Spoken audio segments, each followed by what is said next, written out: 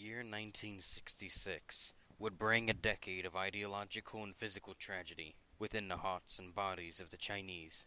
Mao Zedong, the premier of the People's Republic of China, inspired the young peasants to stomp out the elites across China in order to have control again.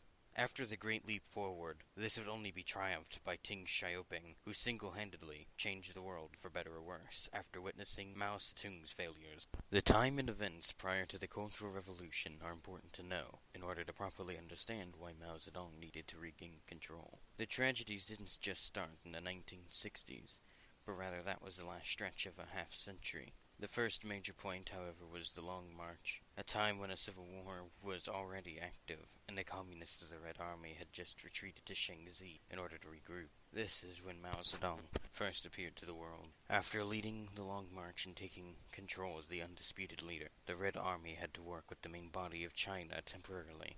However, due to the Japanese invasion, until the end of World War II. As soon as the war ended, however, they immediately started fighting again until 1949, when Nationalist China was kicked out to modern-day Taiwan. Spirits were high, but the economic situation had not improved with the annexation of Nationalist China, as was hoped. This stagnation would continue until 1958, when Mao Zedong implemented the Great Leap Forward to replace the current five-year plan, which is a systematic approach to economic buildup proposed by the Soviets.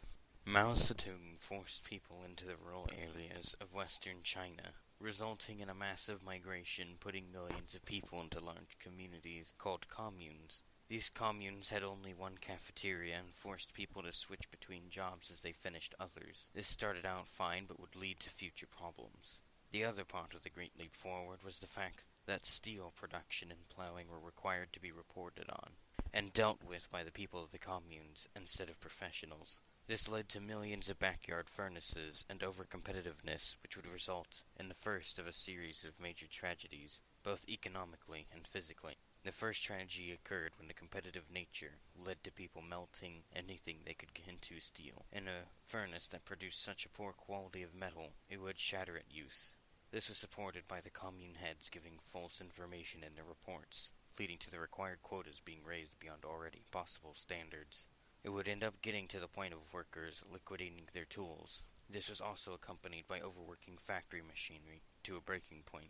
These combined with overplowing and improper irrigation methods used for farming to produce one of the greatest famine in Chinese history, affecting over 135 million Chinese as far as Beijing to the border of the USSR. This caused Mao Zedong's control to fade away a good amount and led to a massive recession. However, this would not stop Chairman Mao.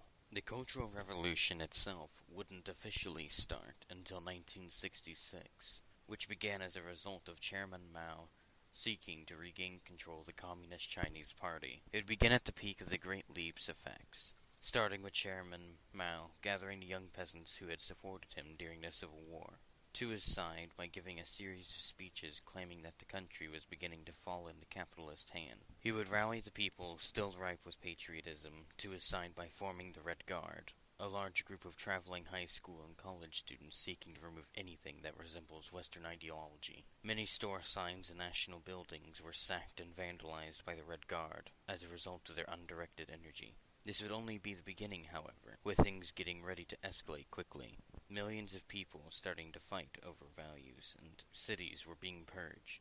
With the poor farming on top of this, over 22 million would die as a result, and would leave most of the country in a recessive state. Eventually, Mao Zedong would slow down in his revolution and became ill. He would remain chairman until his death in 1976, marking the end of the Cultural Revolution to an extent. The effects in the short term were devastating. However, this combination of events would also lead to a timid government fearful of implementing change that would continue only until an unorthodox man would guide the country to where it is now. Deng Xiaoping was a quiet politician, with his career starting before the Long March took place. He was the political organizer of the Jiangxi Soviet, which was a small communist enclave created by Mao Zedong in 1931. He would become a central official of the CCP, as well as a high commissar of the Second Field Army during the 1949 Civil War. He would be invited to Beijing to become vice premier in 1952, and within 2 years, he would become general secretary of the CCP by 1954. Zhou Enlai would take power after 1971, when Mao's health started to decrease. While he was in power, he worked closely with Deng Xiaoping. Zhao Enlai would soon die, leaving Deng Xiaoping to be the new premier, until the Gang of Four stripped Deng of his power.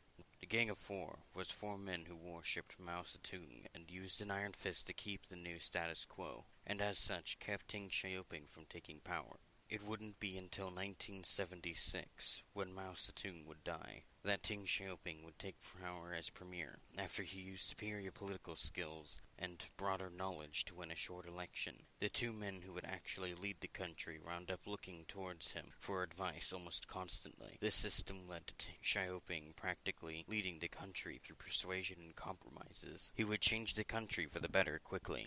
Through the reformation of most of social society, the changes have rapidly solved several deficits across the country, as well as integrated capitalism, allowing for easier personal gain for the general population. Before his changes took place, however, he performed an act thought impossible to any third world nation of 1974. He would tell off every major country, Soviets and American president included, for harassing and exploiting third world nations. This, along with his rebounded economy, grew his renown. A final public service announcement to conclude the documentary.